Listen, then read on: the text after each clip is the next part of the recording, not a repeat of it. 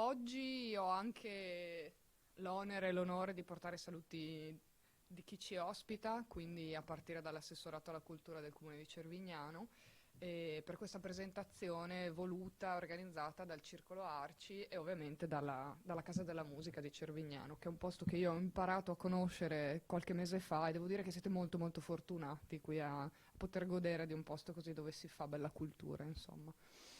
E ovviamente il primo saluto però va all'ospite di questa sera, che è Alberto Garlini, che dovreste anche conoscere perché ha dei trascorsi cervignanesi, ma adesso insomma possiamo anche ben dire che è ormai cittadino e autore del resto del Friuli e oltre, insomma.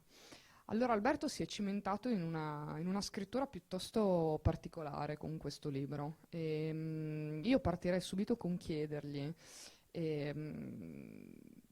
come ha fatto alla richiesta di un editore che ha deciso di inaugurare una collana tempo fa, ispirandosi agli alberi.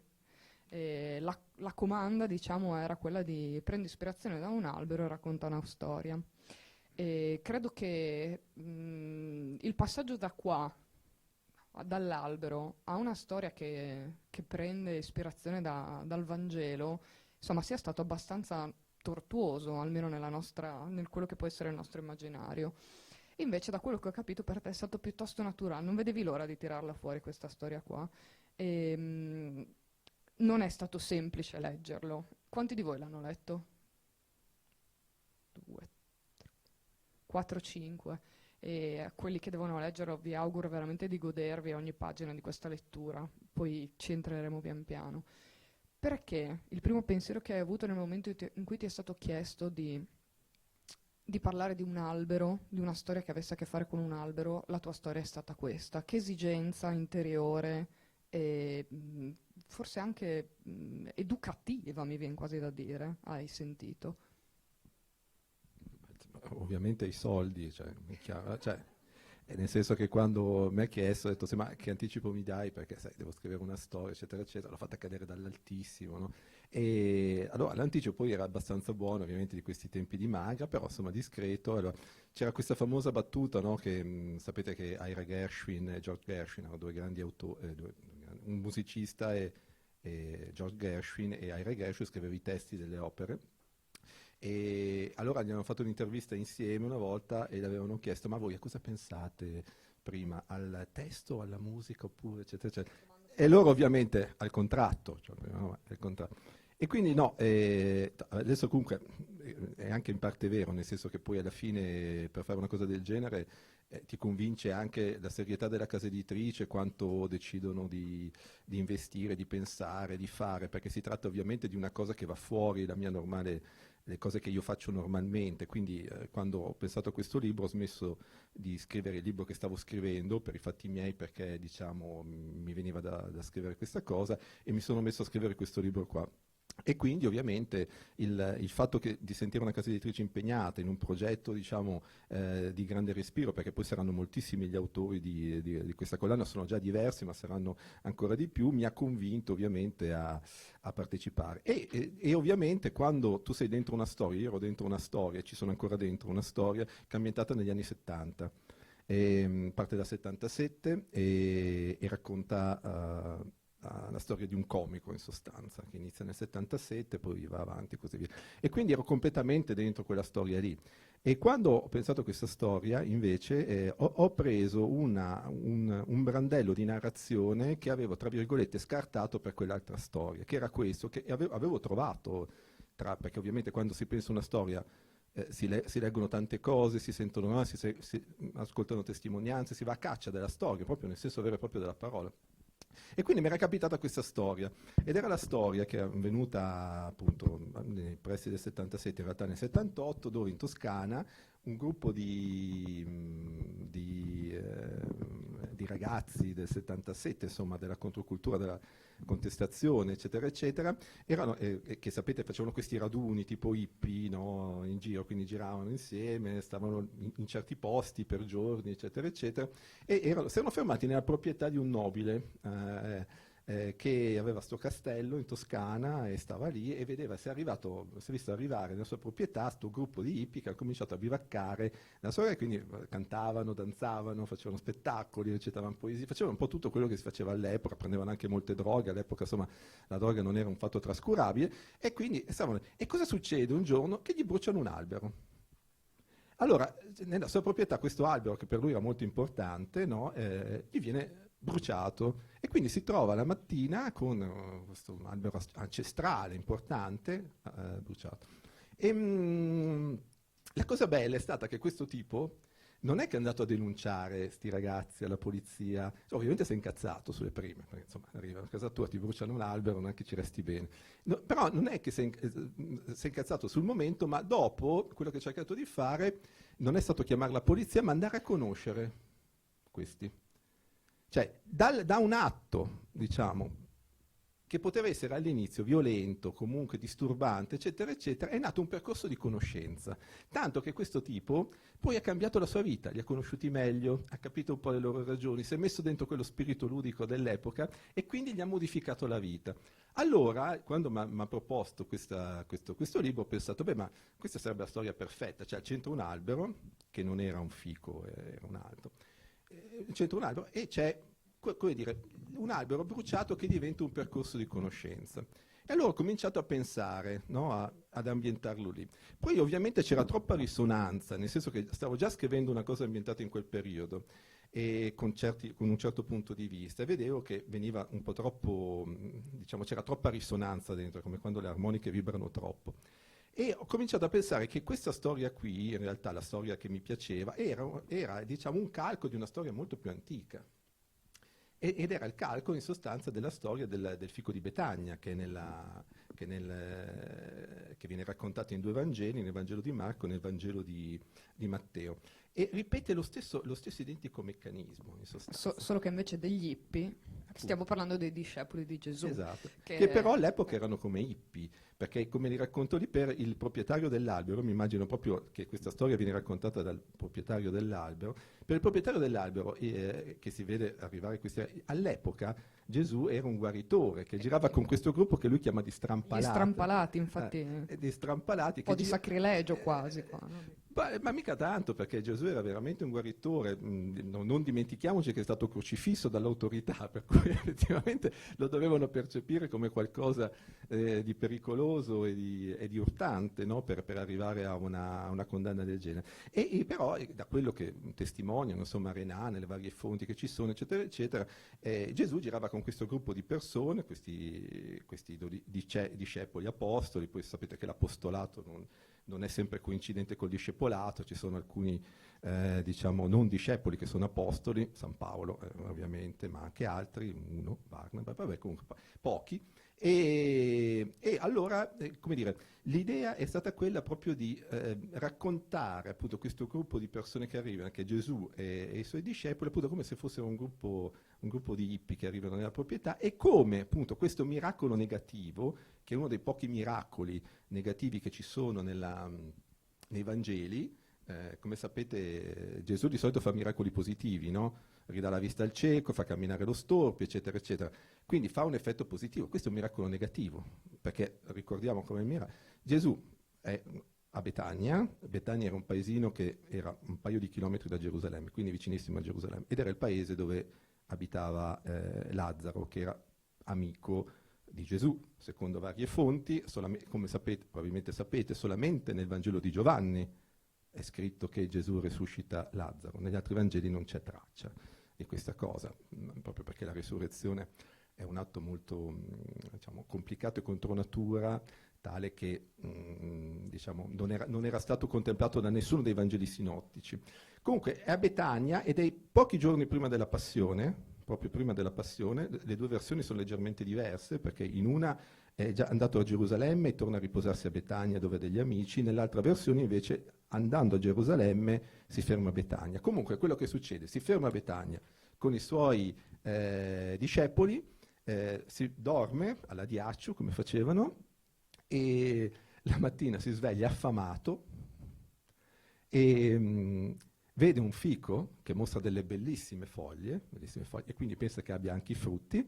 va a cercare i fichi per sfamarsi, non li trova e si arrabbia. Gesù si arrabbia e maledice il fico, lo incenerisce e lo condanna alla sterilità perpetua.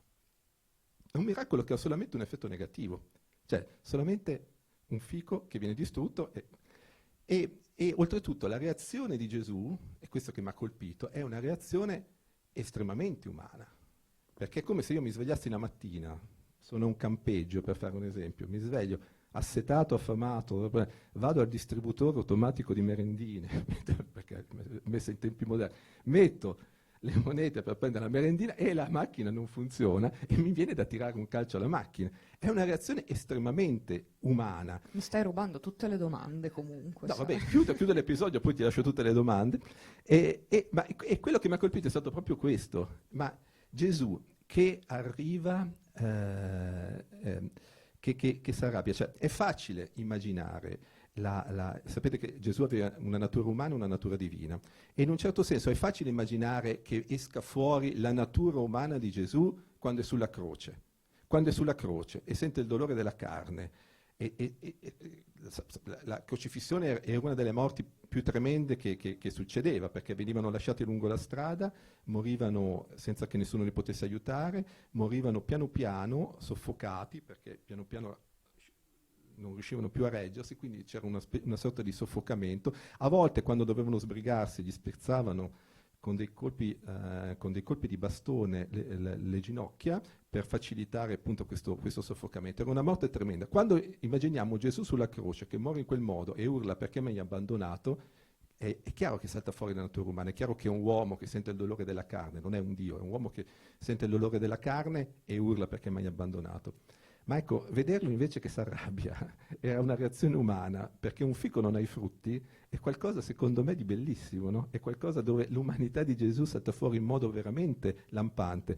Per riuscire a giustificare questo miracolo hanno trovato delle interpretazioni assolutamente cervellotiche, tipo che una è quella allegorica, che il fico in realtà era l'allegoria di Israele, che mostrava le foglie della fede ma non i frutti.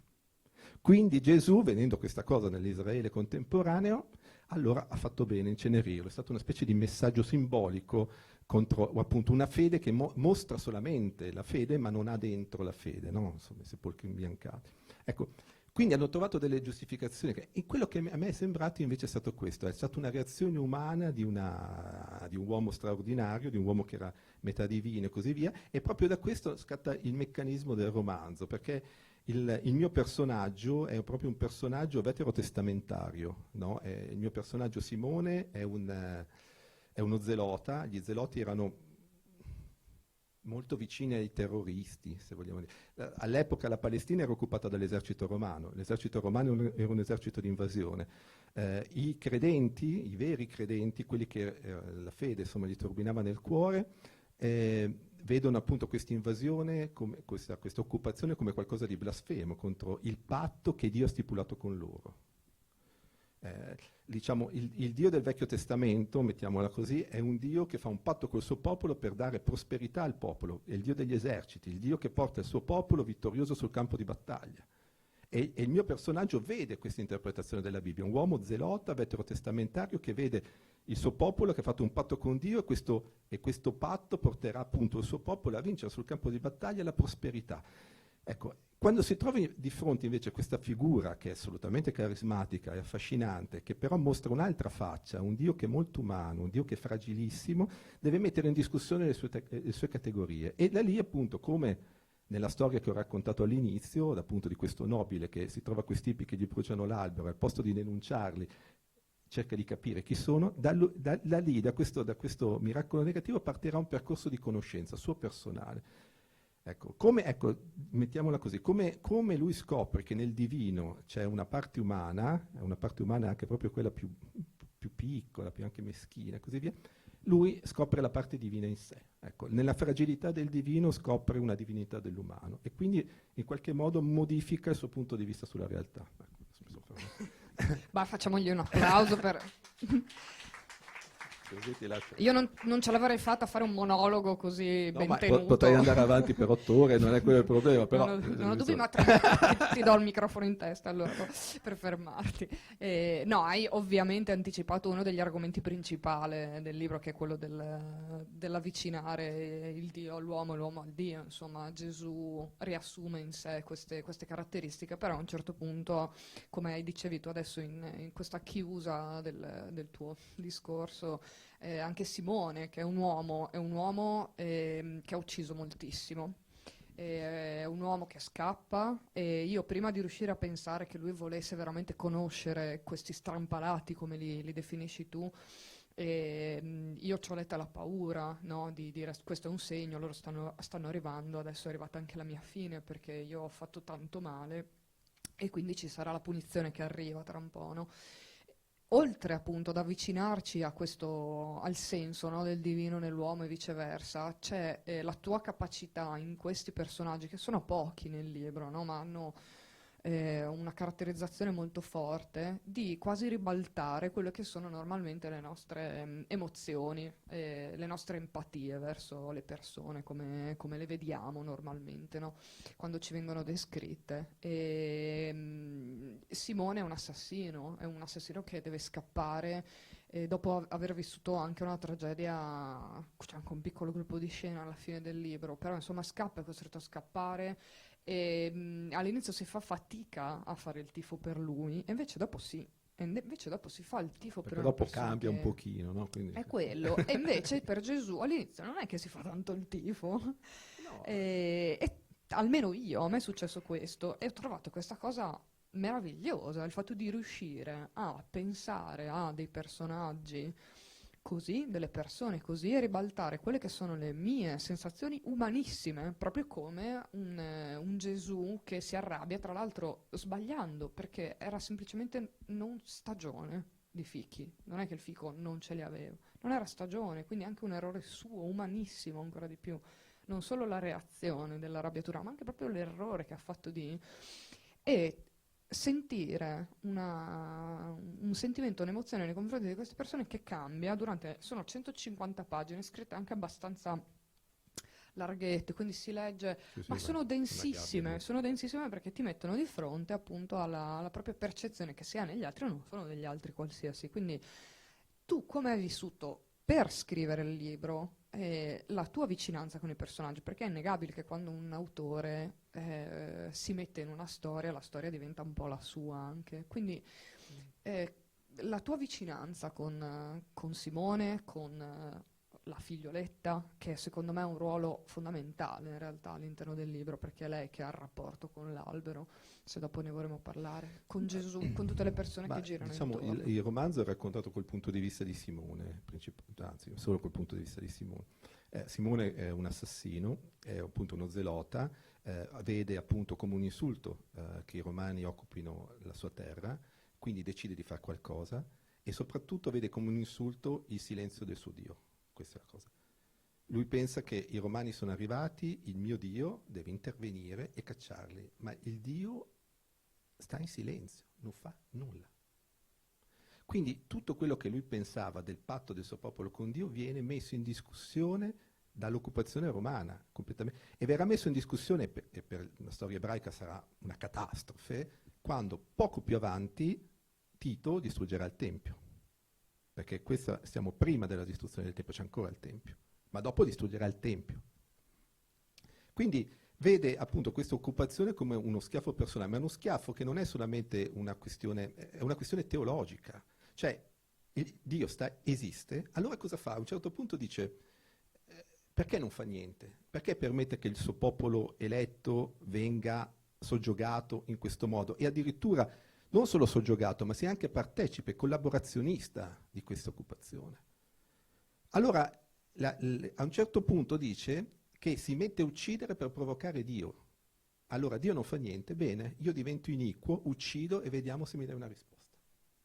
Anche l'uccisione, in un'anima del genere come la sua, che è un'anima evidentemente tormentata, evidentemente massimalista, radicale, ovviamente, anche l'uccisione acquista un aspetto appunto teologico, appunto, è l'uccisione per provocare. Poi cosa succede? Capisce che anche le uccisioni non portano da nessuna parte, si innamora di una donna, va a vivere in una comune, quindi si tira via da tutte le questioni politiche, va a vivere in una comune di santi, come la chiama lui, dove finalmente ha una figlia e dove vede non so, sbocciare la vita, vede l'inizio di quello che poi lo trasformerà veramente, diciamo, la fragilità e la bellezza dell'umano che vive nelle consuetudini degli affetti quotidiani, nella vicinanza degli affetti quotidiani, nell'amore quotidiano per appunto nel suo caso per sua moglie e per sua figlia. Vede tutto questo e dentro il suo cuore trova una pace, addirittura sente il profumo di Dio, no? Questo profumo che ritorna spesso nel libro, no? Di datteri, di sterco, di polvere, no? Cioè questo profumo e lui sente questo profumo di Dio. Quello che succede però è che il Dio che era rimasto in silenzio prima in realtà poi agisce, perché lui è comunque ricercato dai Romani, i Romani sanno che in questa comune, arrivano lì e sterminano tutti. E sterminano anche la moglie, che era una cosa che succedeva, non è che se leggiamo le guerre giudaiche di Giuseppe Flavio sono raccontate vari casi di questo tipo. E quindi arrivano i Romani e lui crede che la moglie sia stata uccisa, la vede insanguinata e scappa con la figlia. Non sa dove andare, in primo momento pensa addirittura di uccidersi perché aveva perso tutto. Però rimane questa bambina, c'è proprio la scena dove lui sa che c'è questo podere che apparteneva a un suo zio che è rimasto senza che nessuno lo occupasse e va lì. La prima sera che arriva vede questo fico, la prima cosa che vede è il fico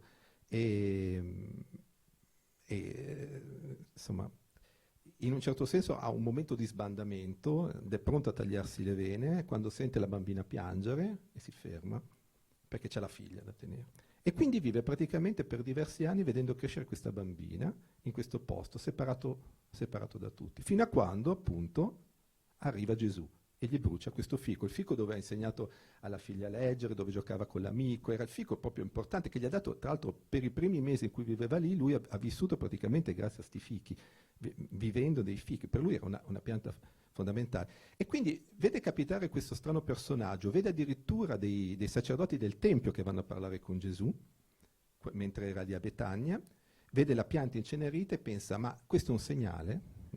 Soprattutto l'altra cosa di Simone è quella che è un assassino, quindi ognuno di noi ha un accesso privilegiato verso la realtà, no? C'è chi insomma, dallo snobismo all'amore, all'etica, lui è alla morte, lui ha una percezione particolare verso la morte e quello che vede di Gesù è il Gesù prima della passione, quindi è il Gesù che sa di dover morire, è l'alone di morte che è intorno a sé. Non bruciarmi un'altra domanda. Dimmi tu cosa, mandami un messaggio. No, la morte è sicuramente un altro cardine, insomma. Sì, no. Quindi per chiudere il discorso,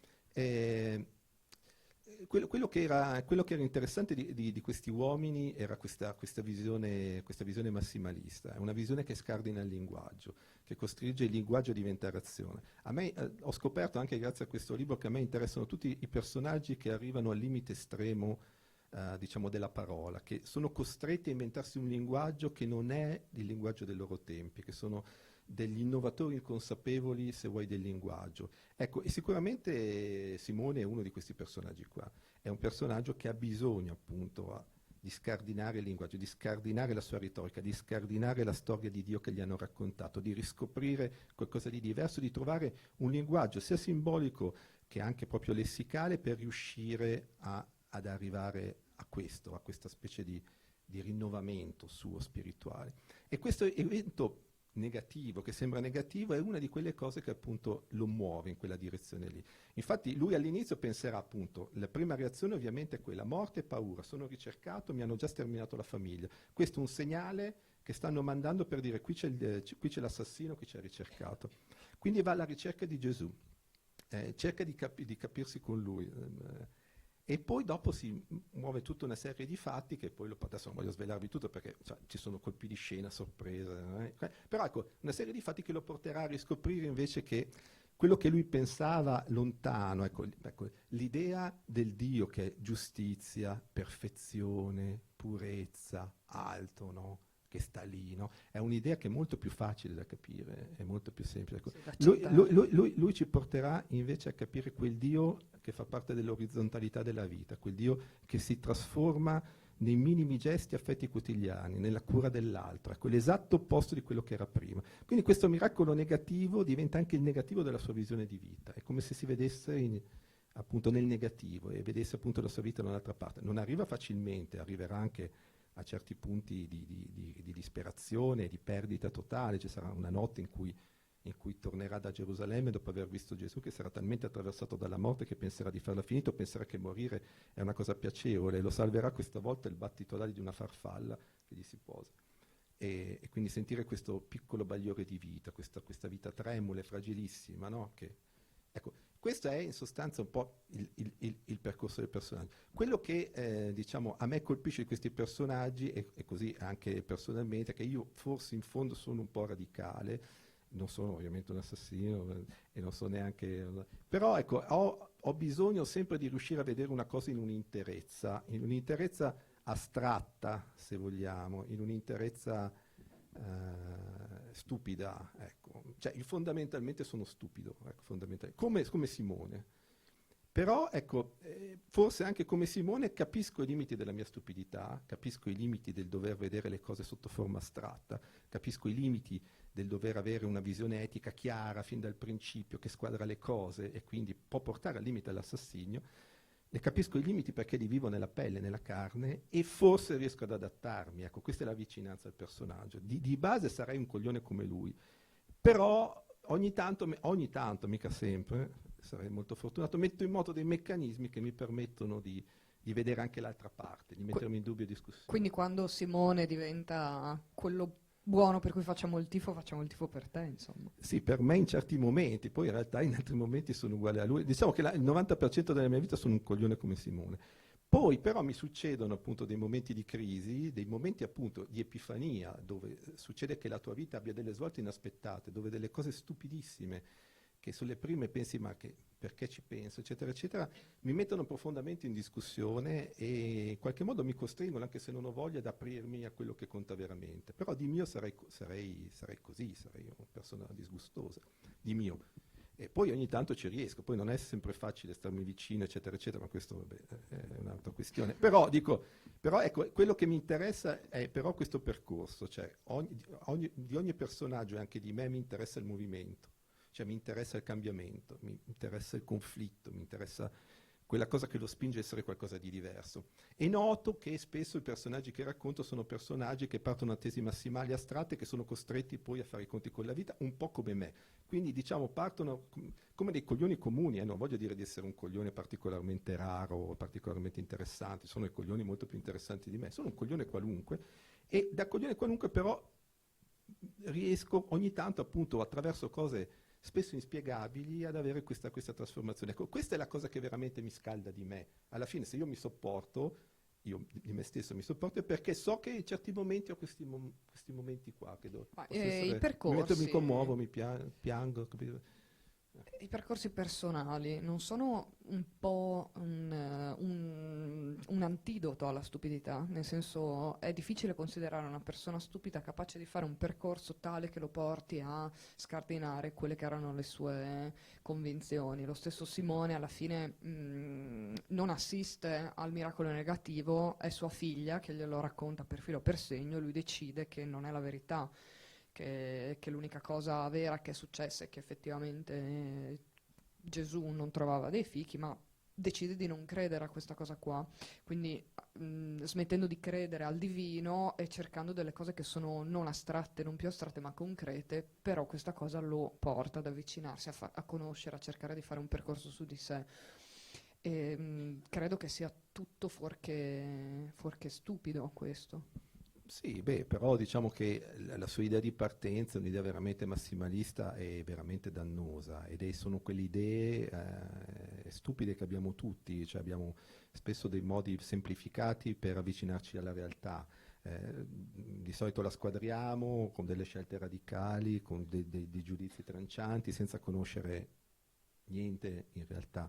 Ecco, già il fatto, per esempio, che una cosa così negativa come appunto una pianta a cui lui tiene tantissimo, è bruciata, lui parta invece con un percorso diverso, vuol dire che ha questa possibilità di apertura, che capisce che lì dietro c'è qualcos'altro, qualcosa di più forte, di più importante. E credo che tutti noi alla fine abbiamo delle forme di stupidità, di abitudine, di cose di questo tipo. Per quello non dico che c'è una coglioneria gigantesca, è una coglioneria comune. Ecco, e però in certi casi, come nel caso del mio carattere e anche nel carattere di Simone, questa è molto astratta, molto alta. Tendo a vedere, non so, le persone più come ipotesi intellettuali, più come ipotesi etiche, piuttosto che come persone reali. Ecco, poi, come dicevo prima, ogni tanto viene quest'altro piccolo miracolo, questo cambiamento, ecco, e questa è la cosa che veramente mi piace. Quando i personaggi alla fine devono essere sempre delle cose che sentiamo vicine, anche se lontane, che ci mettono in discussione, deve essere qualcosa di ambiguo, qualcosa che non è mai stabile, qualcosa che non è mai chiaro, non è un romanzo a tesi alla fine, questo è un personaggio, si trova, fa delle scelte, alla fine gli va anche miracolosamente dritta, non voglio svelare niente, però insomma gli va anche miracolosamente dritta. Però la cosa importante è proprio questa possibilità appunto del cambiamento. Ecco. E io credo che questa cosa qui sia quell'intervento minimo, però fondamentale del divino in ogni nostra vita. Cioè, penso che la follia, quando ogni tanto abbracciamo la follia, sia una cosa estremamente sana, abbracciare la follia, fare delle scelte folli, fare delle scelte che non c'entrano niente con le abituali risposte, domande e risposte che abbiamo della vita. La follia è salutare, fare delle cose che ci scompaginano a noi per primi, seguire delle cose che istintivamente magari pensiamo che non vadano bene, eccetera, eccetera. Ecco questa idea appunto della follia, di fare queste scelte, è un po' l'idea che sta dietro a molti dei miei personaggi, che hanno tutti questa idea folle che trovi nei santi, che trovi nella politica, che trovi nella religione, che trovi adesso nella comicità. Un comico è uno che deve dire delle cose che non stanno né in cielo né in terra, in un certo senso, deve scegliere sempre la strada più folle, deve sempre farti vedere la realtà da un'altra parte. Sì, la scomodità. Noi siamo abituati a vedere la realtà sempre in un modo, c'è una narrazione mainstream, noi ci cadiamo dentro, siamo spesso conformisti, siamo spesso così. E tra l'altro spesso siamo anche in malafede, no? C'è l'idea che facciamo delle scelte per comodità e per malafede personale, quindi crediamo delle cose che alla fine non crediamo fino in fondo. Ogni tanto ci arriva questa sveglia. Io penso che la vita senza una dose di follia, senza queste scelte inaspettate, sia una vita appunto così che non esprime, ecco, le sue potenzialità reali. Ecco. In questo senso io amo di me, per esempio, quel piccolo margine di follia che per fortuna ho, che mi ha fatto fare tutta una serie di scelte sbagliate, che poi mi ha fatto essere quello che sono. Cioè, se io devo pensare a me stesso, penso a me stesso più che altro per tutti gli errori che ho fatto, cioè non per le scelte giuste, che le scelte giuste non ho fatte pochissime. Però ho fatto un sacco di errori che però mi sono andati abbastanza bene, no? E quindi credo che alla fine la storia di questo personaggio sia un po' così, è un po' un elogio dell'errore, un elogio della follia. E lo stesso Gesù è una figura folle, in un certo senso. È una figura che scardina completamente il linguaggio religioso. Cioè, il discorso della montagna, cioè, ragazzi, beati gli ultimi che saranno i primi, beati i poveri di spirito. Ma chi ci crede veramente? Chi riesce ad arrivare fino in fondo a quel tipo di paradosso? Solo uno che è folle. Ecco. È l'irruzione di un altro tempo, del tempo del regno, di un'altra etica, un'etica paradossale del regno nella vita di tutti i giorni. Ecco, questa specie di squadernamento della vita comune quotidiana attraverso, diciamo, la follia del discorso della montagna, è quella specie di paradosso nel quale viviamo che è estremamente vitale, no? Beh, mi hai atterrita su queste cose qua, perché stavo pensando al mio modo di pormi nei confronti della religione, no? Perché alla fine si può anche far finta che non siano quelli i personaggi, però alla fine in realtà, perché a un certo punto diventa romanzo, tu ci stai dentro, vuoi sapere come va a finire, no? Invece siamo proprio nel mezzo di una narrazione, viene chiamato addirittura noir biblico, insomma, in retrocopertina. Editori, Insomma. sai, poi metti Ecco. noir, sembra che venda, no? Merceologici, Noir biblico, ma è abietti. tosta, è una bella definizione. Però in effetti è un libro che ti porta un po' a pensare come ti poni tu nei confronti della religione. E io mi sono posta la questione verso di me, ma anche verso di te. E in realtà la domanda che volevo farti è un'altra, però prima ti faccio questa, tanto aspetto ancora 5 minuti per la prossima.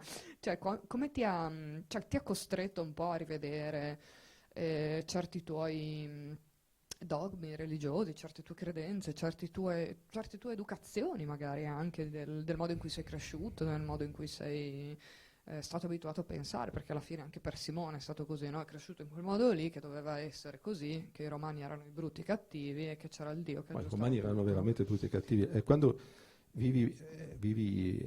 quella è un'ingiustizia radicale, forte, cioè non è un'ingiustizia fittizia. La cosa che mi piace di questo personaggio è che lui dà risposte estreme a una situazione realmente estrema, perché oggi diamo risposte spesso estreme a situazioni.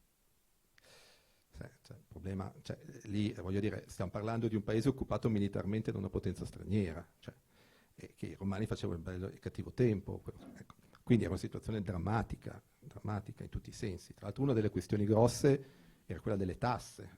Per esempio era considerato blasfemo, tutta la rivolta degli Zeloti nasce dal fatto che è considerato blasfemo dare le tasse ai romani. Le tasse vanno solo a Dio. Quindi non si può. Una di quei soldi lì dati ai romani è come una bestemmia, e da lì nascono poi.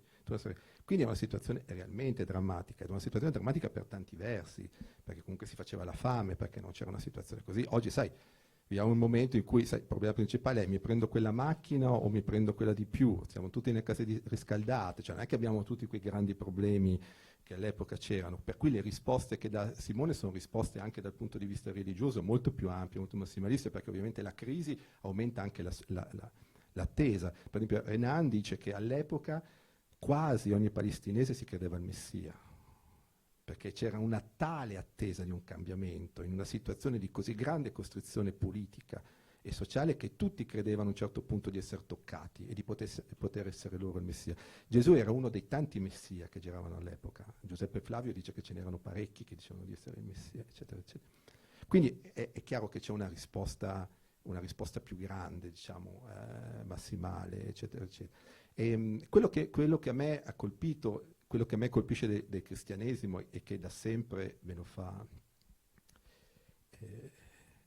che da sempre mi è piaciuto, insomma, non è tanto la trasformazione del cristianesimo in istituzioni, in chiesa, e quindi in un sistema oppressivo esattamente tanto quanto i sistemi che combatteva, che quello si è verificato storicamente, ma il cristianesimo delle origini. Quando, non so, c'era San Paolo, un altro massimalista, un altro radicale, un altro rivoluzionario, tanto che l'ultimo film di Pasolini doveva essere appunto su San Paolo, e tra l'altro veniva ambientato nella Resistenza e usavano le stesse parole di San Paolo, gli uomini della Resistenza, tanto quanto, perché il messaggio di San Paolo era talmente rivoluzionario, era talmente eticamente così, che poteva funzionare persino in un contesto completamente diverso. Ecco, a me piaceva questa idea del cristianesimo dell'origine, appunto, come questa buona novella, appunto, di Gesù, l'ultimo, il crocifisso. La morte per crocifissione era una morte infame all'epoca, era un marchio di infamia. Il crocifisso era proprio l'ultima persona del mondo, poteva essere crocifissa, era proprio la persona per cui non si portava nessun rispetto, veniva crocifissa. Proprio l'ultimo grado, era proprio ecco, che questo è Dio ed è risuscitato, e che quindi porta la buona novella, che dirà San Paolo, appunto. Ecco, l'idea è proprio questa, cioè per la prima volta nella storia, per come la riesco a ricostruire, anche se per esempio Hillel, che era stato un predicatore ebreo che è venuto prima di Gesù, diceva cose molto simili, però per la prima volta nella storia, l'ultimo, il figlio del falegname, cioè, che poi vabbè ricostruiranno la genealogia per farlo arrivare alla stirpe di Davide, ma insomma anche quello è molto. Però il figlio del falegname, l'ultimo della terra, eccetera, eccetera, è il Dio. Il crocifisso è il Dio, la vittima è il Dio. Gesù è l'innocente radicale che viene ucciso dal potere. L'innocente radicale che viene ucciso dal potere. E di solito, se pensiamo ai greci, ma fino a. Tu, è una questione di forza. Io arrivo, ti conquisto la città, uccido gli uomini, stupro le donne. Alla fine, ma neanche mi pongo un problema. Te lo sei meritato. Se tu non hai abbastanza forza per resistere alla mia forza, tu ti meriti. Gesù mette sul piano storico un pensiero completamente diverso, che sono le ragioni radicali dell'innocenza, le ragioni radicali della vittima contro la violenza. Un pensiero vittimario, realmente vittimario, non era stato pensato prima. Chi aveva la forza aveva il dovere e il diritto di esercitarla. anche questa è una visione vitale, perché se io sono più forte ho più diritti degli altri. Ecco, quello che invece a me colpiva di Gesù è metterci tutti insieme in questa fragilità, in questa fragilità della carne, fragilità della vita, nella fame, nella miseria, nell'abiezione, eccetera, eccetera, e riscattarla. Ecco, alla fine, quando i primi cristiani, soprattutto San Paolo, per gli altri erano un po' più, vabbè, lasciamo stare, portano questa buona novella. E tra l'altro per esempio è divertente, San Paolo predicherà in Galazia, eccetera, eccetera. Quindi in queste piccole comunità dell'Asia Minore, che all'epoca si riunivano nella sinagoga e facevano i discorsi, e i cristiani si scambiavano il pane. Sembra che poi l'ostia nasca da lì, no? L'Eucaristia nasca dal fatto che loro si scambiavano il pane. Chi aveva più portava più cose e si mangiava insieme, no? Questo scambio della cosa. E, in queste piccole comunità di poveri, eccetera, eccetera, aveva un grande successo. Quando andrà a predicare ad Atene, va a predicare ad Atene. Atene era come New York di adesso, no? Era la città dove ci sono gli intellettuali più fichi, tutti i discorsi sono già stati fatti. Lui va lì, questo è morto in croce, e se guardavano, ma che cazzo stai dicendo? Ma uno morto in croce, dobbiamo venerare una persona morta in croce che poi resuscita. Ma sei matto? Cioè, nessuno l'aveva capito, interessato. In realtà, ecco, questa secondo me sul piano storico è la grande innovazione, e questo ovviamente è come una specie di canto o di partecipazione appunto al nostro fragile. E infatti il mio personaggio alla fine sarà questo: dal Dio perfetto nell'alto dei cieli, Dio di giustizia, Dio infallibile, Dio che non sbaglia mai, Dio metafisico, eccetera, eccetera, scoprirà il Dio vicino, il Dio della carne, il Dio umiliato, e scoprirà l'umiliazione, la carne, la commozione in se stesso. Insomma, e questo lo porterà a scoprire appunto che la divinità non è in questa coglioneria astratta, come ho cercato di definirla prima, ma è appunto nello sviluppo quotidiano delle relazioni, delle persone a cui vuoi bene e così via. Tu prima dicevi che ti piaceva il fatto che ci fosse una sorta di riscatto, no? Che appartenesse non solo a Simone, tra l'altro.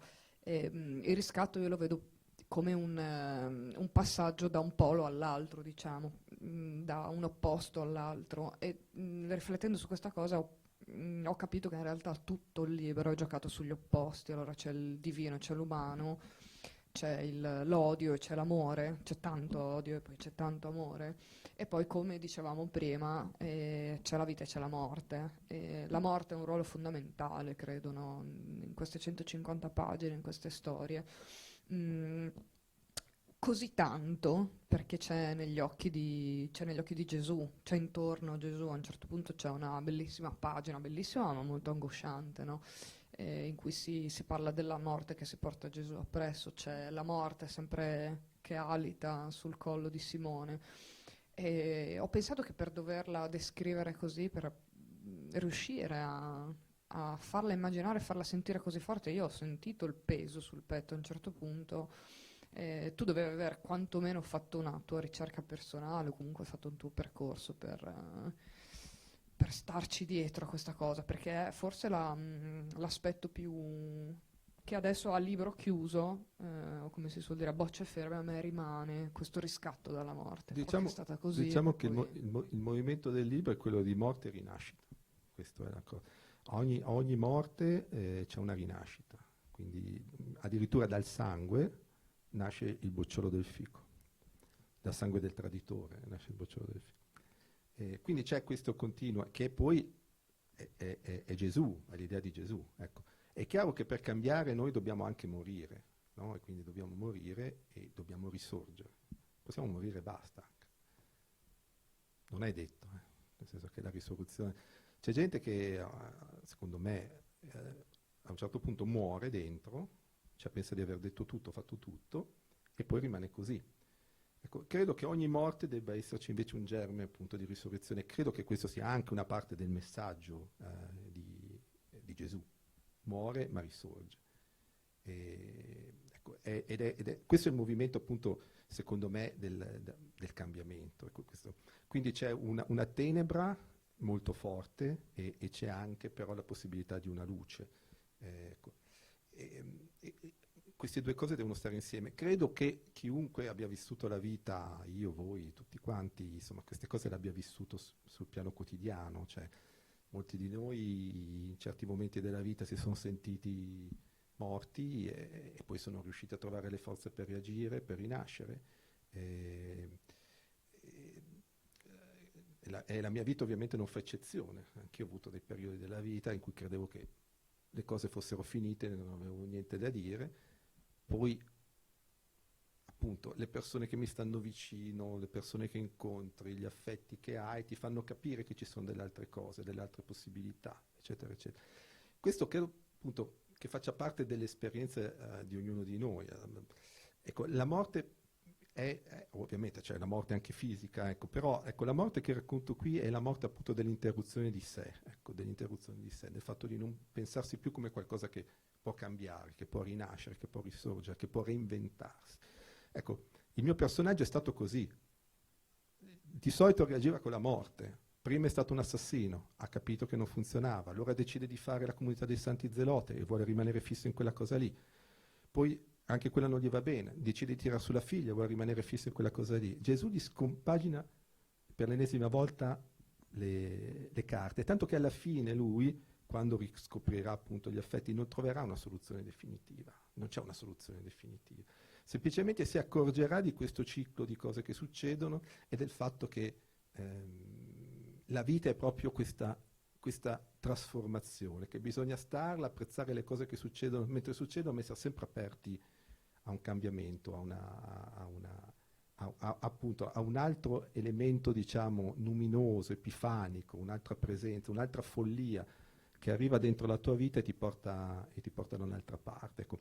Quando tu accetti questa cosa qui, ecco, che insomma tutti gli schemi che ti fai in testa, tutte le narrazioni che ti metti intorno, tutte le manie di controllo che hai, tutta l'idea che il mondo debba andare in quella direzione perché tu pensi che debba andare in direzione, in fondo sono solamente l'attesa di un'ennesima follia che ti scompaginerà la vita. Ecco, forse arrivi a quell'accettazione un po' più ampia di questo strano fenomeno che è la nostra vita, che magari ti dà una superiore armonia, diciamo, nell'anima. Diciamo così. Una che ha dovuto imparare presto è la figlia di Simone. In tanta sofferenza, comunque, in queste pagine trova spazio anche la narrazione e la storia di una bambina che soffre molto perché anche solo la morte di un albero la fa soffrire enormemente e io ho molto empatizzato con Esther. Prima ho detto, secondo me è un ruolo importantissimo all'interno del libro perché un bambino rappresenta sempre un po' la rinascita, il germoglio nuovo, no? La vita che va. Soprattutto la bambina soffre perché non le è mai stata raccontata la verità. Ecco, questa è una cosa. Capisce che c'è qualcosa che non va, non ha la mamma, ma non gli è mai stata detta la storia della madre, non gli è mai stato detto. Sono state dette tante altre storie che non erano quella vera. Sì, gli ha detto tante cose, ma non gli ha mai raccontato, ma storie che si contraddicevano, non gli ha mai raccontato la verità. Perché Simone viveva in questa appunto perdita della verità, perdita della narrazione vera, non riusciva a dirla nemmeno a se stessa e non riusciva a dirla alla figlia. Ovviamente si dice che non si dice alla figlia, cioè per proteggerla, come sempre, no? La scusa è sempre più o meno quella. Però in realtà la bambina percepisce questo, percepisce l'interruzione di una storia, percepisce che c'è qualcosa che non... e percepisce in fondo la malafede del padre, che il padre si mostra in fondo amorevole, in realtà la ama veramente, ma è anche quest'altra cosa. La pacificazione avverrà proprio quando queste polarità diverse, queste narrazioni riusciranno finalmente a essere dette. Ecco. Allora la bambina troverà veramente la pace. Secondo me i bambini sono esseri estremamente percettivi, capiscono immediatamente quando c'è la zona oscura della storia, credono a quello che gli dici, ma sempre fino a un certo punto, però percepiscono dentro in forma di fantasma se c'è qualcosa di sbagliato, se c'è qualcosa di non detto, se c'è qualcosa di tenebroso. Ecco.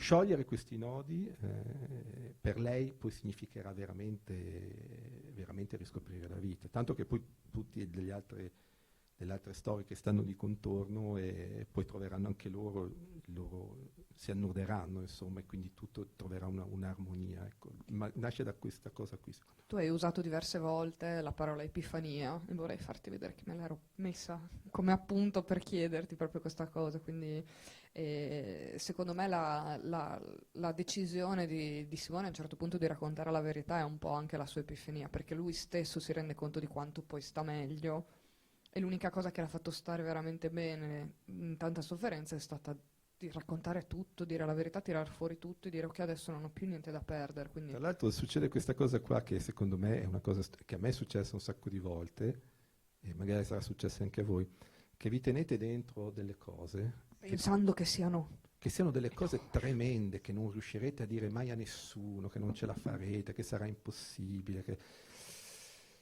E quello che succede è che lui a un certo punto vede che i romani stanno arrivando verso il suo casolare, allora va lì e dice: adesso glielo dico ai romani, sono io l'assassino, sono io quello che cercate, prendetemi e la finiamo qua.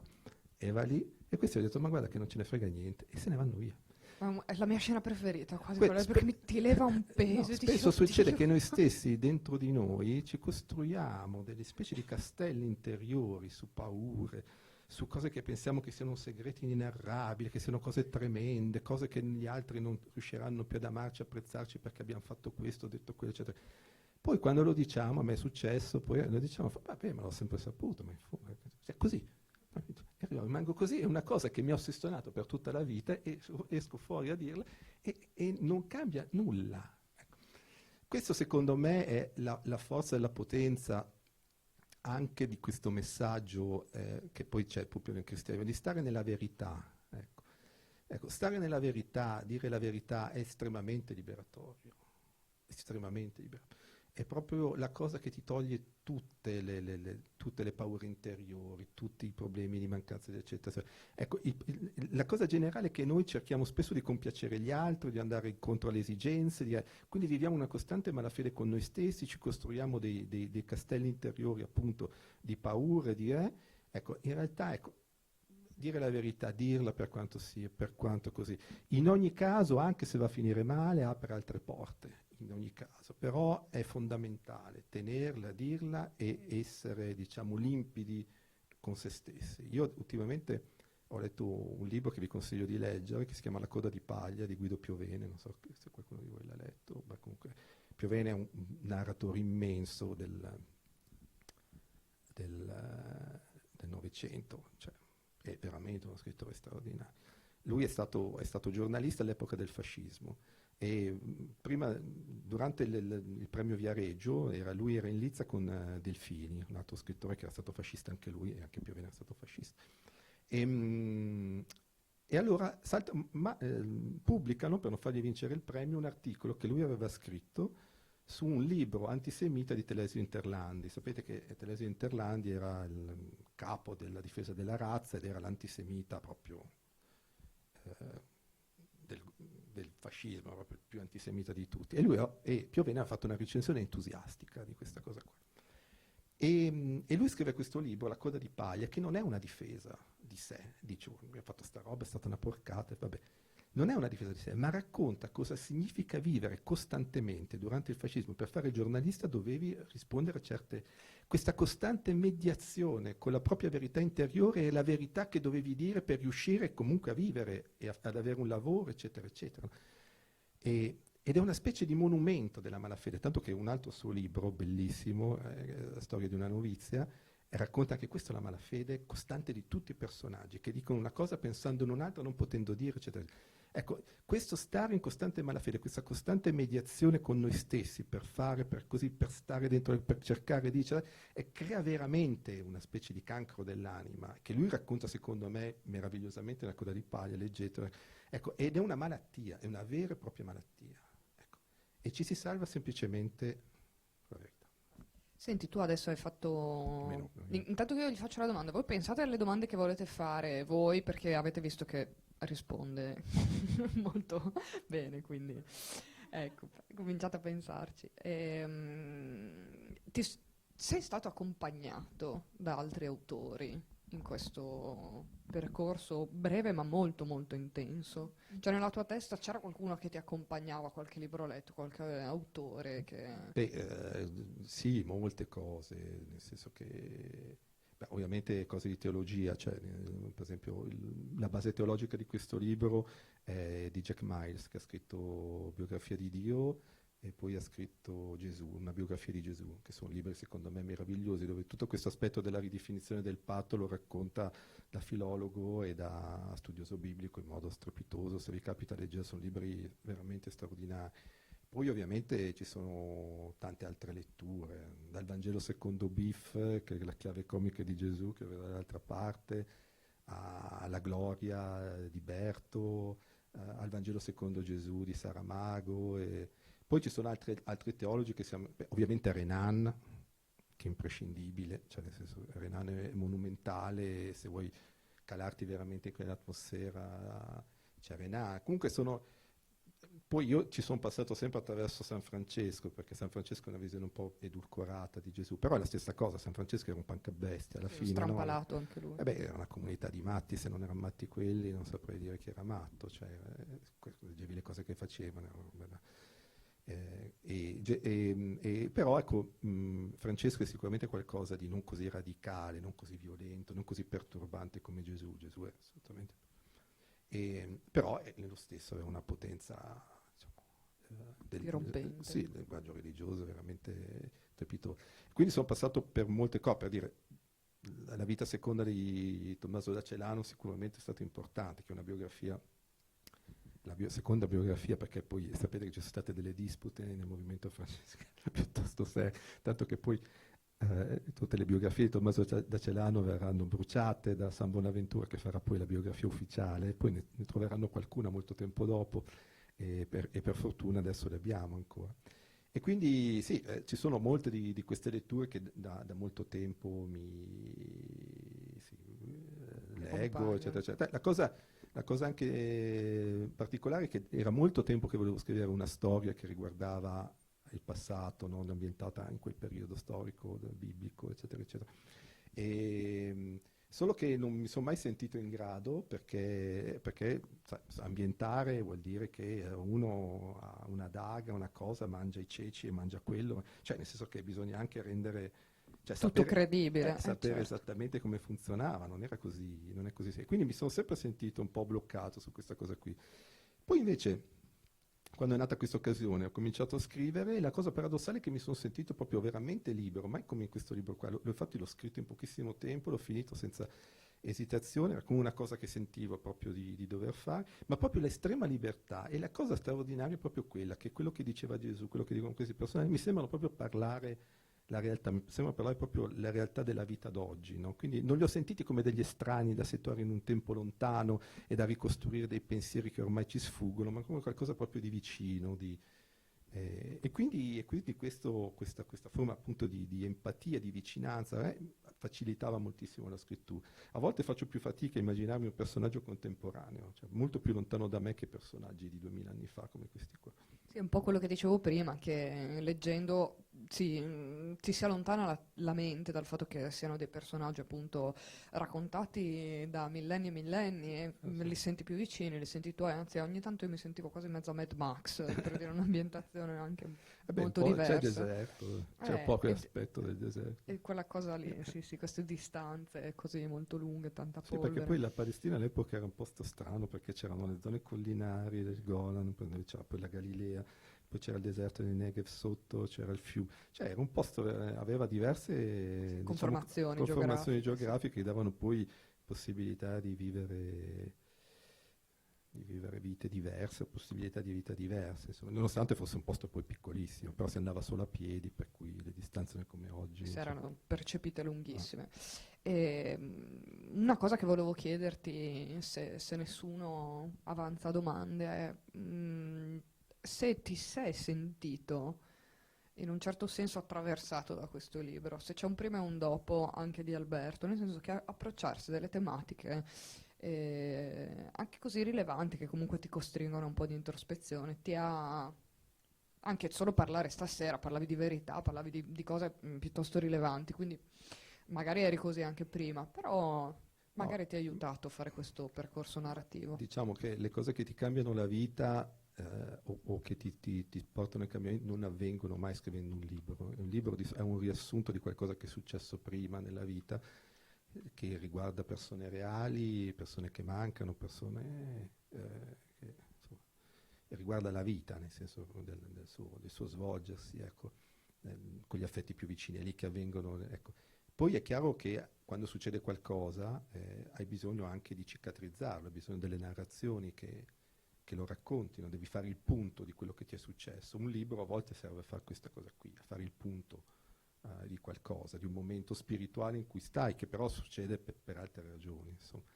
E quello sicuramente sì, quindi mi ha aiutato a chiarire, però ecco, non è mai un libro in sé un cambiamento, i cambiamenti avvengono con le persone nella vita, nel reale, come direbbe Lacan. Lacan. E, il libro invece può essere molto utile perché tutta una serie di pensieri confusi o di Si le cose raccogli, no? che raccolgono, li sistematizza. Ognuno di noi ha bisogno comunque di una narrazione, di una storia che lo tenga in piedi, no? E a volte quando succede qualcosa, magari appunto come succede a Simone, di grave o di...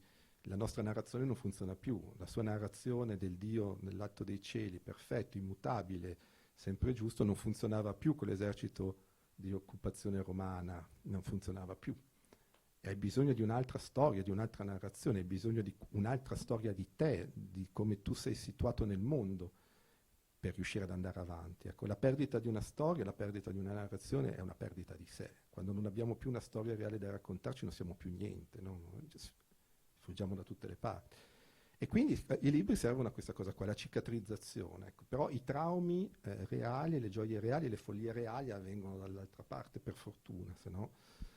Sì. No, a me piacerebbe, nel senso mi piacerebbe stare sempre nel libro e vivere nel mio universo del libro e stare lì, tutto avviene lì, tipo Borges, no? Tutto lì. E sono così felice, me lo sistemo, mi faccio tutte le mie biblioteche, vado in tutti i miei paradossi. Però non ho mai avuto la fortuna di essere uno scrittore borghesiano e poi per quanto poi lo trasformi simbolicamente, quello che succede appunto nel dolore, nelle notti di insonnia, nelle paure, cioè tutto quello che fa parte della vita di ognuno di noi, insomma. E lì e le storie dei libri servono a mettere appunto la storia che posso raccontarmi sinceramente e in verità nel particolare momento che sto vivendo. Quindi ti ha aiutato un po' anche a esorcizzare quello che poteva essere il timore, come dicevi prima, di ehm, essere coerente e credibile in una narrazione di una storia già conosciuta da millenni, ma anche in un'ambientazione storica e geografica. Cioè il fatto di, prima dicevi che ti è venuto molto semplice, l'hai scritto anche con molta facilità, in poco tempo, perché secondo te sei riuscito così con leggerezza a trattare qualcosa che in realtà poteva essere criticato? Insomma, penso Ma che siano argomenti facilissimi, no, da no, ma usare poi non so, come... per fortuna ho letto anche diversi teologi e a tutti è piaciuto, anzi alcuni mi hanno scritto delle cose che sono rimaste. Ma, vabbè, comunque, nel senso È un che... bel successo questo, voglio dire, se arriva sulla tavola di un teologo. No, no, ma anche gente, insomma, che... Però, come dire, però non è tanto questo, io poi alla fine non ero tanto preoccupato di questo, cioè il problema era sempre quello di portare avanti una storia con verità e autenticità, che attraverso personaggi, attraverso il mondo simbolico, ma un mondo simbolico che ci appartiene, è il mondo del cristianesimo, è il mondo della religione, è il mondo della fragilità umana, è il mondo della follia, è il mondo della violenza, cioè portare avanti una storia con verità che alla fine trasmetta quella che in questo momento, poi non lo so perché è quello che io vedo della realtà che mi sta intorno. Ecco, questo, sai, quando tu fai questo e con un libro comunque dici la tua verità esistenziale nel momento in cui la scrivi, fai quello che devi fare. Non sempre facile perché le cose sono sempre complicate anche per noi, perché i pensieri vanno in mille direzioni, perché certe cose sembrano in un modo poi sono neanche, perché a volte preferiamo prendere delle false piste o comunque delle piste più confortanti rispetto magari a quella che è una narrazione reale più dura di quello che succede, però insomma questo credo di averlo fatto sinceramente, quello su cui mi sto scannando adesso, sul libro che sto scrivendo adesso, cercare di arrivare a queste cose a un certo punto non mi ci trovavo più, l'ho riscritto da capo, adesso forse ho capito qualcosa ma non ne sono sicuro, vediamo cosa succederà. Voi pensate che non sia faticoso fare gli scrittori? Cioè, Vabbè. si perdono È, chili, è chiaro che c'è la miniera, come sempre, è sicuramente peggio, però no, no, diciamo è una cosa molto, è una cosa bella scrivere, crei il mondo, ecco, però è una cosa che può essere pericolosa perché appunto se uno è come me, che ha la facilità a stare nei suoi mondi e non tornare poco, ecco, tornare nella vita diventa la via, è bello stare lì nel mondo, così può diventare pericoloso, può essere una via di fuga, può essere qualcosa che ti fa, ecco, bisognerebbe sempre riuscire a farlo quando appunto la vita ti chiama per dire qualcosa di nuovo rispetto a quello che hai detto prima. Qui c'erano un sacco di riflessioni che giravano, che in parte avevo già raccontato in altri libri, e me ne sono servite anche per mettere a punto delle cose che già avevo scritto, per capire delle cose che già avevo scritto che non avevo capito fino in fondo. Aspetto sempre le vostre mani alzate io. La reazione dell'editore quando gli hai proposto questo tipo di storia? Che non credo che se l'aspettassero così, no? No, Vabbè, è stato entusiasta. Sì. Antonio, sì, ma figurati, non vedeva l'ora. No, l'unico è che hanno fatto molto il fico, no? Allora ho detto, beh, ma il fico. Però ho detto, questo non è che possa cambiare il miracolo di Gesù, fargli fare una quercia, cioè è chiaro che devo Il continuare miracolo dei ad andare col Carlini. fico, no? Perché già altri due avevano fatto il fico prima di me, quindi sai, visto che doveva essere il bosco degli scrittori, ogni scrittore un albero, un po' di Il fico varietà. era Il già fico stato invece preso. era una hit totale, però passata questa cosa qua, alla fine sono andata bene, mi è piaciuta, poi la storia gli è piaciuta subito, anche la prima volta che l'ho letto, infatti il libro non ha avuto praticamente editing, come gliel'ho dato e così è andato. Penso che fosse difficile anche fare un editing su quel tipo di scrittura che è molto... Io spero che tutti voi uscirete col vostro libro in borsa, in tasca, in mano e godiate anche della parte della storia ma anche della scrittura così molto singolare, l'ho trovata, che è molto calata anche in quello che poteva essere l'ambientazione. Beh Quindi... sì, ho cercato di essere mimetico anche col linguaggio biblico. Mi serviva soprattutto un linguaggio che non fosse ordinario, perché in tutti i due momenti, cerco solo alla fine, ma in tutti e due i momenti comunque il personaggio non si trova mai a vivere qualcosa di ordinario e quindi ha bisogno di un linguaggio che riesca a forzare la realtà per fargli vedere altre cose, ecco. E non riesce a far vedere altre cose della realtà con il linguaggio della realtà, hai sempre bisogno di qualcosa che lo rompa il meccanismo. Allora, siamo agli sgoccioli. Se c'è qualche... Se c'è qualche domanda, Non siate timidi. non fate come sempre che poi si esce, lo fermate qua fuori e gli fate prendere freddo per strada per chiedergli delle cose. Siamo qua, siamo tre amici, potete farlo bene adesso. E se fate ancora un po' i timidi, vi do ancora un minuto, penso non abbiamo tanto di più. Vi lascio la mia conclusione per dare poi ad Alberto la sua. Io non amo Sanremo, non guardo praticamente la televisione. Ho avuto, non so se la fortuna o la sfortuna, di vedere l'unica momento, neanche puntata, perché non l'ho vista tutta assolutamente, in cui c'era Benigni. Io non l'ho particolarmente apprezzato, devo dire. L'ho trovato molto prolisso, troppo lungo. Come? Grazie. Boh, ma è una questione proprio personale, proprio un'opinione soggettivissima. Però devo dire che ha avuto un merito, che è stato quello di dire, beh, aspetta che forse quel cantico, là me lo vado a vedere. Allora, io non voglio paragonare adesso Carlini a Benigni, perché ci trovo molta più simpatia, non simpatia, non è una questione di simpatia, ma il modo in cui abbiamo affrontato questa serata qua, il modo in cui lui ha affrontato questo libro, ecco, insomma, mi ha fatto venire voglia di vedere un po' di più di quei Vangeli lì, di andare a rileggermi delle cose, di rileggermi delle storie che diamo per scontate, noi vediamo il crocifisso continuamente, non ci badiamo più. Però sì, credo che i Vangeli vada veramente la pena di essere letti. Ecco, se i Vangeli si leggono col cosiddetto cuore puro, ecco, e quindi di solito in un momento di crisi, perché il momento di crisi è il momento in cui noi non riusciamo più a stare dentro le cose che ci raccontiamo fino a un secondo prima, abbiamo bisogno di qualcosa di diverso e quindi abbiamo il cuore puro perché non abbiamo una sovrastruttura che ci impone un certo sguardo sulla realtà. Ecco, se si legge in quei momenti lì col cuore puro è veramente un'esperienza. Ecco, lì, ecco, ovviamente i miei libri no, ma i Vangeli sono qualcosa che veramente può cambiare la vita di una persona, se letta appunto in un certo momento. Se si pensa fino in fondo a certe cose sono veramente vertiginose, ecco, e non si smette di riflettere. Io sono una vita che rifletto per dire, sulla parabola del figlio al prodigo e non sono ancora riuscito a capire che cazzo, cioè, cosa voglia dire, cioè, sinceramente. E mi resta però qualcosa di forte, di estremamente profondo che c'è lì dentro, ma non riesco a... Come le cose che abbiamo citato prima e tante altre cose che vengono dette. Quindi è sicuramente un'esperienza. Bisogna ovviamente leggerlo senza avere però ovviamente la testa fasciata dai propri problemi personali, narrazioni, da quello che si crede e da come molte frasi poi sono state strumentalizzate e sono diventate loro stesse linguaggio di potere. È difficile trovare un linguaggio così radicalmente contro il potere, così radicalmente vittimario, così radicalmente anarchico. Ma infatti quello che volevo dirvi è che appunto il merito di Alberto in questo libro è stato quello di decostruire un po' di pensiero, di retropensiero, di sovrapensiero anche sulla fede, sulla religione, sul Vangelo. Quindi a me... Detto tutto questo io non sono credente, quindi non è che... sì, non si capiva, però va bene, non è neanche questo, nel senso credo che qui non si tratti di fede un po', no? Credo che ci nel sia senso che qualcosa che mi interessa anche... molto la cosa filosofica, cioè l'idea di uomo che salta fuori. Ovviamente poi non credo un'entità metafisica e tutte queste cose qui non ci credo, però ecco, la sostanza umana che salta fuori da lì, questo discorso radicalmente vittimario sicuramente è importante, sul piano personale e sul piano storico, questo sì. D'altra parte sono passati 2000 anni e ancora ne parliamo.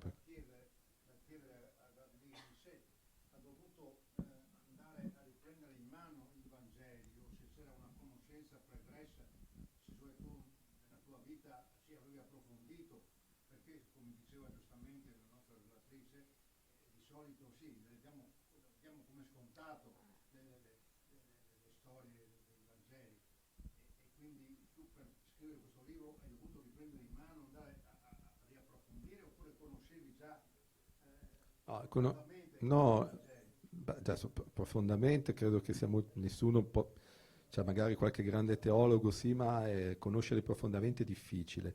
No, in realtà non ho preso niente, non ho guardato niente, io avevo tutta una serie di letture che ho detto, ma tantissime letture, sì, ma tante altre, è un percorso che è iniziato... Allora io non vado a messa, faccio fatica, però ogni tanto quando vado a messa mi piace, anche, devo dire, quelle poche volte, 2 volte l'anno, per ragioni che insomma si possono ben immaginare. Però ecco, non sono credente in quel senso lì, però ecco, la figura di Gesù mi ha sempre molto affascinato, ho letto molte cose, però quando ho cominciato a pensare a questo miracolo e questa cosa qui, lo avevo già bene in testa, l'avevo già riflettuto, il mondo l'avevo piuttosto chiaro, Renan l'avevo già letto, riletto, straletto, eccetera, eccetera. Quindi in realtà non sono andato a riprendere niente, l'ho scritto esattamente come. E questo probabilmente ha favorito la libertà, perché se ti metti su una roba del genere, su Vangeli, così, dove è stato scritto tutto, al contrario di tutto, a fare una ricerca vera, ti perdi. Diventa un libro borghesiano, appunto, ti perdi nel labirinto delle interpretazioni e controinterpretazioni. Se invece cerchi di vederlo con quello che dicevo prima, col tuo stato esistenziale di quel momento, su come sei tu adesso, e prendi questo miracolo e lo racconti, anche insomma credo biblicamente corretto, eccetera, eccetera, però lo racconti come una cosa tua, come una cosa che parla la tua vita, e allora questo è l'esercizio di libertà autentico. Secondo me se fossi andato dall'altra parte, se avessi cominciato a guardare robe, non avrei... Anche il primo indizio secondo me è il fatto che il protagonista qua non è Gesù, ma è Simone. Noi stiamo parlando di un libro dove dove c'è Gesù, ma Gesù non è il protagonista, quindi secondo me già questo è straordinario nel spostare anche un po' il desiderio di voler essere, non lo so...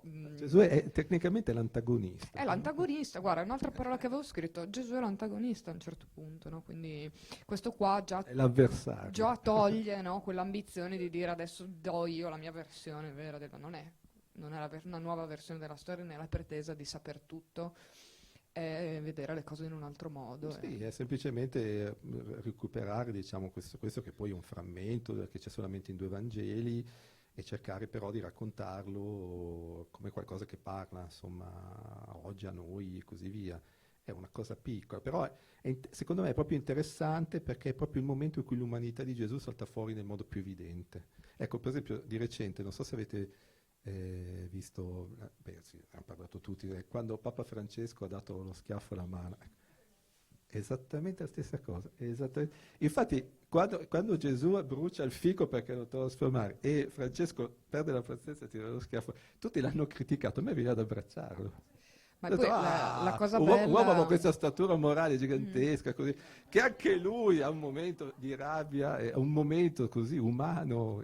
E questa cosa mi ha ricordato proprio il miracolo del fico di Gesù, no? E quindi questa cosa che appunto ha fatto imbestialire non so perché tante persone, invece a me è veramente piaciuta molto. Come mi è piaciuto molto il Gesù che brucia il fico, il Gesù No, no, ma arrabbiato che infatti brucia il fico. la cosa bella è immaginarselo.